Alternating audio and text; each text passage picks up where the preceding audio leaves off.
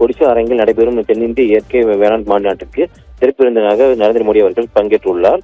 தற்போது மாநாடு தொடங்கியுள்ளது. அதன் நேரடி கட்சியில் தற்போது நாம் காண்பு வருகிறோம். தமிழ்நாடு, கேரளா, ஆந்திரா, தெலுங்கானா, கர்நாடகா, புதுச்சேரி உள்ளிட்ட மாநிலங்களில் இருந்து சுமார் 5000க்கும் மேற்பட்ட விவசாயிகள் மற்றும் பல்வேறு விவசாய சங்கத்தை சேர்ந்தவர்கள் கலந்து கொண்டுள்ளனர்.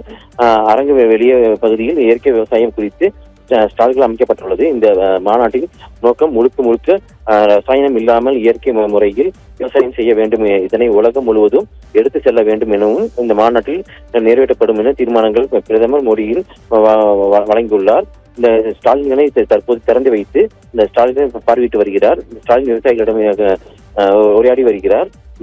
இயற்கை விவசாயத்தில் சாதனை புரிந்துள்ள மற்றும் 10 விவசாயிகளுக்கும் பிரதமர் மோடி அவர்கள் விருது வழங்க உள்ளார். இந்நிகழ்ச்சியில் மாநாட்டில் 9 கோடி விவசாயிகள் பயன்பெறும் வகையில் பிரதமரின் விவசாயிகள் கௌரவிப்பு நிதியாக திட்டத்தின் கீழ் 21வது தவணையாக 18 கோடிக்கும் அதிகமாக தொகையை விடுவிக்க உள்ளார். மற்றும் இந்த தொகையானது 9 கோடி விவசாயிகளுக்கு சென்றடைகிறது. மற்றும் அது மட்டும் இல்லாமல் இந்த திட்டத்தின் கீழ் தமிழகத்தை சேர்ந்த 22,000 லட்சத்துக்கும் மேற்பட்ட விவசாயிகள் பயனடைவார் என்று கூறப்படுகிறது. தீபிகா,